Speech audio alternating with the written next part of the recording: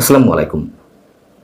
জুলাই আন্দোলনের July August আন্দোলনের বর্ষপূর্তি উপলক্ষে জাতীয় নাগরিক কমিটি এনসিপির পক্ষ থেকে বিভিন্ন কর্মসূচি হাতে নেওয়া হয়েছে এবং তারই অংশ হিসেবে দলটির নেতাকর্মীরা বিভিন্ন জেলা সফর করছেন, সমাবেশ করছেন, গণসংযোগ করছেন এবং এটির নাম দেওয়া হয়েছে মূলত জুলাই পদযাত্রা। এ পর্যন্ত মোটামুটি 14 দিন হয়ে গেছে তাদের পদযাত্রার।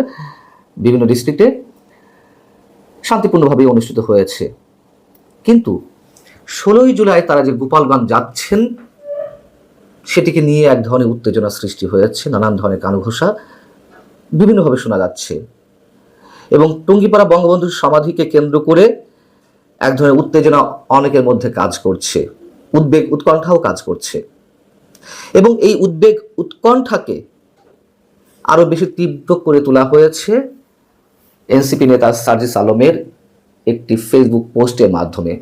যেহেতু এটি জুলাই পদযাত্রা, শরীয়তপুর পদযাত্রা কিংবা মাদারীপুর পদযাত্রা, সিলেট পদযাত্রা, এরকম এর অংশ হিসেবে গোপালগঞ্জ পদযাত্রাও হতে পারে এবং সেটাই হওয়ার কথা।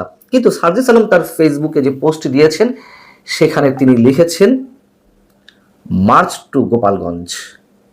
কি কারণ? সব জায়গায় পদযাত্রা আর এখানে মার্চ টু গোপালগঞ্জ লেখা হচ্ছে, এটিকেই অনেকে ইঙ্গিতপূর্ণ হিসেবে নিচ্ছেন। স্পেশালি গোপালগঞ্জের ক্ষেত্রে কেন মার্চ টু গোপালগঞ্জ লেখা হলো, এটিকে অনেকে উস্কানি হিসেবেও দেখছেন। তিনি যেই পোস্টটি দিয়েছেন মাত্র কয়েক ঘন্টা আগে, সেখানে অসংখ্য মানুষ অনেক অনেক ধরনের মন্তব্য করছেন, নানান ধরনের উত্তেজনা বোঝা যাচ্ছে। আমি সেগুলো উচ্চারণ করতে চাই না। আপনারা যে কেউ ইচ্ছা করলে তার ফেসবুক প্রোফাইলে গিয়ে তার পোস্টের নিচে যে কমেন্টগুলো সেগুলো দেখতে পারেন। এবং এটিও সত্য কথা যে গোপালগঞ্জে তাদের এই পদযাত্রাকে কেন্দ্র করে গত কয়েকদিন ধরে পুলিশ ব্যাপক ধরপাকড় করেছে, অনেককে আটক করা হয়েছে, গ্রেপ্তার আতঙ্ক থেকে অনেকে এলাকা ছাড়া হয়েছেন। তাহলে গত কয়েকদিন ধরে যে নানান ধরনের কানাঘুষা, নানান ধরনের গুঞ্জন, টুঙ্গিপাড়ায় বঙ্গবন্ধুর সমাধির উপর হামলা হতে পারে, তা ভেঙে গড়িয়ে দেওয়া হতে পারে, তেমন কিছু ঘটতে যাচ্ছে আমরা জানি না। তবে সার্জিস আলমের পোস্টটি এই উত্তেজনাকে বাড়িয়ে দিয়েছে এবং আমরা তো জানি যে গত 5 ফেব্রুয়ারি যখন বুলডোজার দিয়ে বঙ্গবন্ধুর ঐতিহাসিক 32 নম্বর বাড়িটি গুড়িয়ে দেওয়া হলো, সেদিন বাড়িটির ছাদে যখন আগুন ধরিয়ে দেওয়া হলো বা ভাঙচুর করা শুরু হলো, তখন হিজবুত তাহরীর কালো পতাকা উড়ানো হয়েছিল এবং একই সঙ্গে স্লোগান ছিল, এবার চলো টুঙ্গিপাড়া।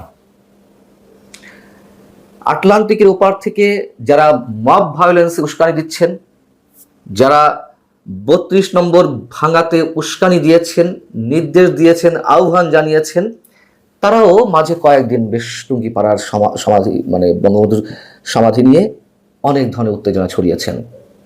তারা একথাও বলেছেন স্পষ্টত যে ড্রোন দিয়ে টুঙ্গিপাড়ার শেখ মুজিবের কবরস্থান গুড়িয়ে দেওয়া হবে, কোথাও কোথাও বলা হয়েছে জ্বালিয়ে দেওয়া হবে। টুঙ্গিপাড়ার বঙ্গবন্ধুর সমাধি যদি 32 নম্বরের মতো পরিণত হয়, অনেকে বলছেন যে তাদের টার্গেটই হচ্ছে মুক্তিযুদ্ধপন্থীদের মেরুদণ্ড ভেঙে দেওয়া। এটাই নাকি উদ্দেশ্য, যা বিভিন্ন গণমাধ্যমে, সামাজিক যোগাযোগ মাধ্যমে কিংবা নানান পর্যায়ে আলাপ আলোচনায় এগুলো উঠে আসছে। যেহেতু 16ই জুলাই অতি সন্নিকটে, এনসিপি নেতাকর্মীরা নিশ্চয়ই যাবেন, তারা গণসংযোগ করতেই পারেন, বিভিন্ন জেলা পদযাত্রা করতেই পারেন, কিন্তু যে গুঞ্জনগুলো শোনা যাচ্ছে আমরা সর্বান্তকরণে বিশ্বাস করতে চাই এগুলো গুঞ্জনের মধ্যে সীমাবদ্ধ থাকবে। এর বাইরে যদি অন্য কিছু হয় তারা স্রেফ বোকামি করবে। শুধু বোকামি নয়, তারা স্পষ্টত ধৃষ্টতার চরম অবস্থা প্রদর্শন করবে।